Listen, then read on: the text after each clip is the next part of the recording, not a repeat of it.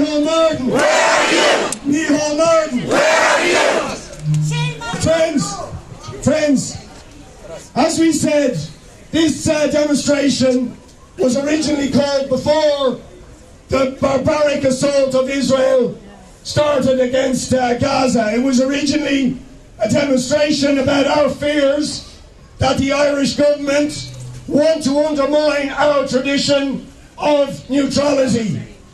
And as Sarah said, neutrality does not mean indifference. Neutrality does not mean doing nothing.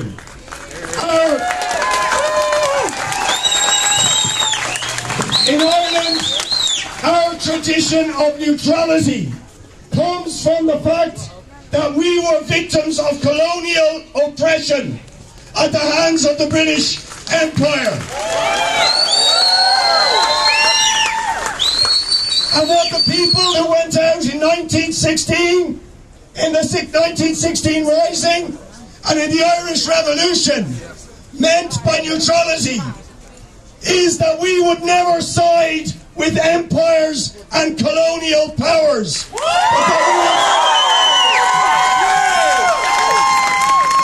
We would always stand with the oppressed of the world. Always with the oppressed of the world.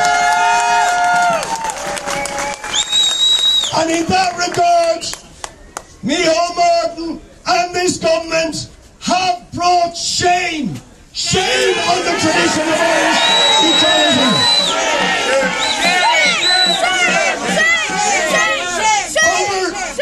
Over the last number of weeks, they have reinforced the narrative of lies put out by the US empire, by Britain and the other sponsors and supporters of the Israeli regime. Claiming somehow that the barbarism we are witnessing in Gaza had something to do with self-defense. And we are here to nail that lie. We are seeing in front of the eyes of the world a genocidal attack on the people of Palestine.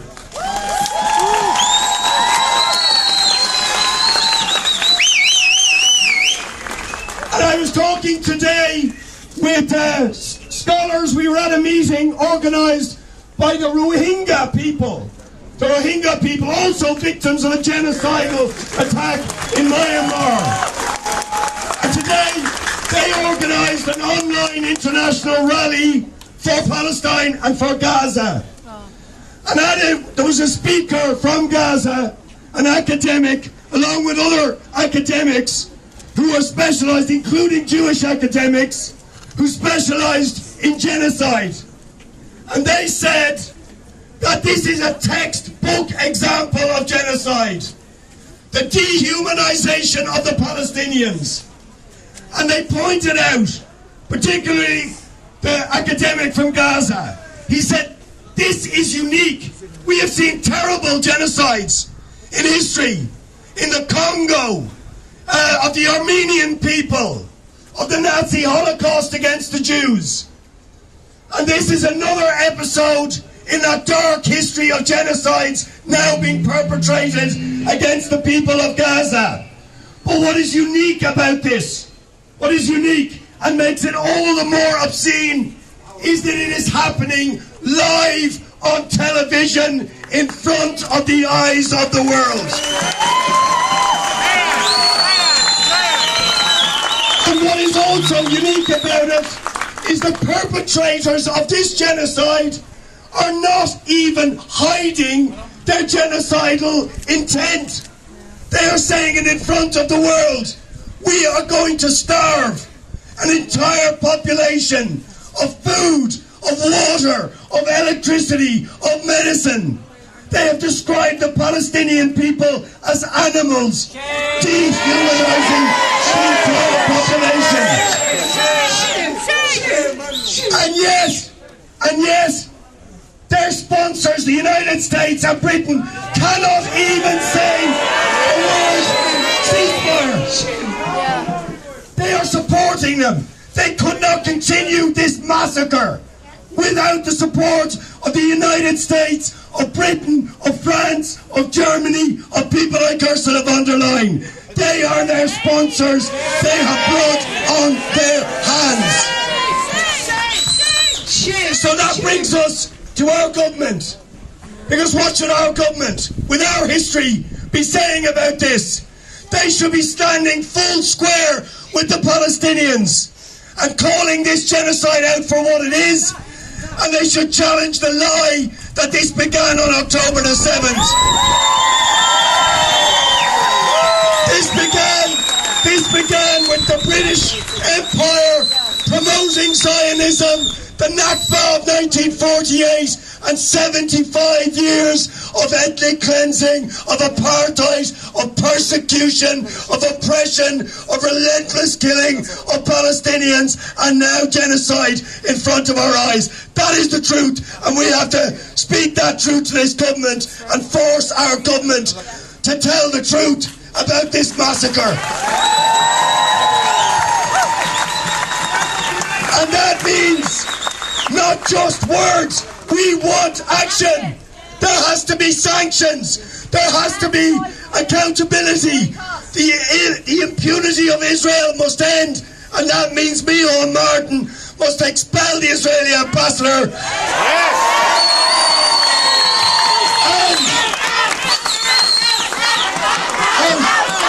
Israeli ambassador! Israeli ambassador! Israeli ambassador! Israeli ambassador! Israeli ambassador!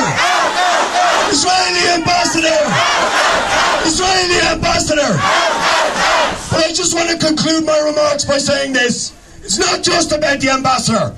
We're going to start with that. We begin with that. And if somebody in the Dáil does not bring that motion in front of the Dáil, we did it a few weeks ago, they voted against it. We will make sure it gets on the agenda of the Dáil in the next couple of weeks. And we want thousands and tens of thousands to be outside the Dáil. And we want to see people vote with the Palestinians by voting. But we must go beyond that. We want complete boycott, complete divestment, complete sanctions. The apartheid, no apartheid state, any more than South African apartheid, had any place in the company of civilized nations. They have no place. They have no right to defend apartheid. They have no right to defend ethnic cleansing. They have no right to defend occupation. The people of Palestine have the right to resist all of those things. And we need to stand with them. Okay. I'm going to introduce our first speaker. Sorry for going on so long, but we have to say these things. Claire Daly, who's been another voice in Europe, member of the European Parliament. Please give her a welcome.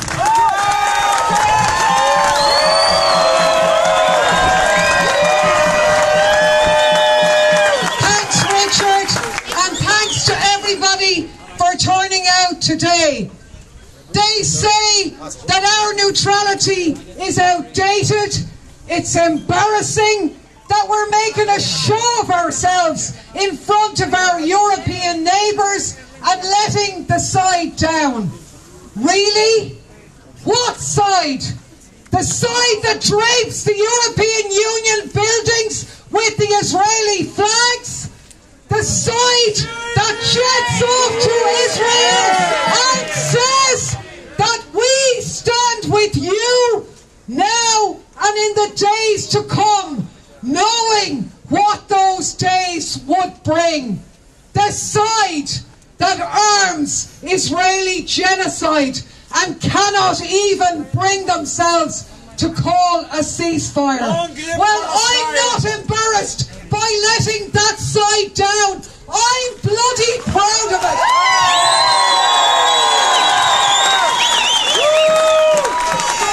And Micheál Martin may be happy to have Ursula von der Leyen speak for him, but I'm not. Our president isn't, and I'm pretty sure that you aren't either.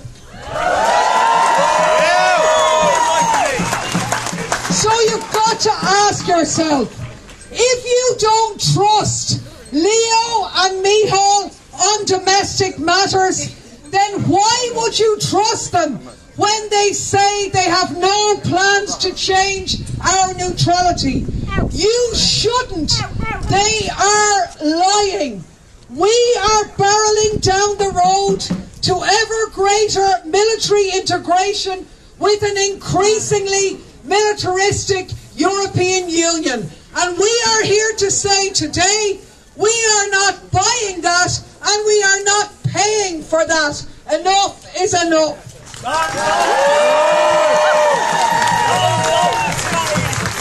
There are billions now being spent on militarism that could be spent on the things that really make us safe, like housing and health and tackling climate change. Instead, all those funds are ending up in the pockets of the military-industrial complex. It's a sham. Our government thought that the war in Ukraine would be enough to let them shake off their pretense at adherence to our neutrality, but they were wrong. Our history tells us we need our neutrality and we are going to keep it. So we are here today to say we're proud of our peacekeeping record. We want to keep that, but we don't want to keep the bastardised version of our neutrality that allows our airports, even now, to use to transit weaponry to the Middle East from US empire. No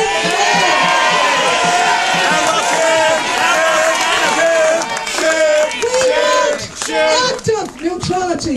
We want our government to go out and fight for a unity, for peace resolution at the UN to enforce a ceasefire.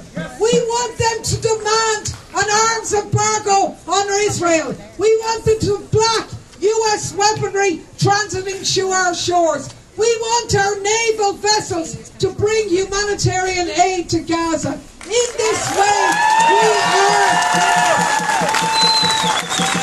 So when they say our neutrality is outdated, it's not fit for purpose in the modern world, well, do you know what? It has more relevance in the modern world than ever before, because it is a beacon for citizens everywhere across Europe today who, like you, are on the streets demanding justice and peace.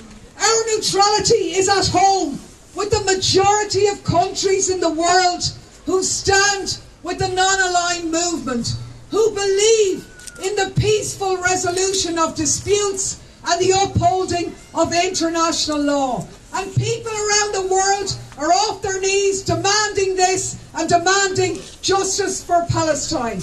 It is our neutrality and our history that gives us a special affinity with the people of Palestine. That is something that we hold dear, very, very dear in these dark, dark days. So go from here on this wet and miserable November day to say no to war, no to EU militarism, no to Israeli terrorism, no justice, no peace. Long live Palestine, long live Gaza.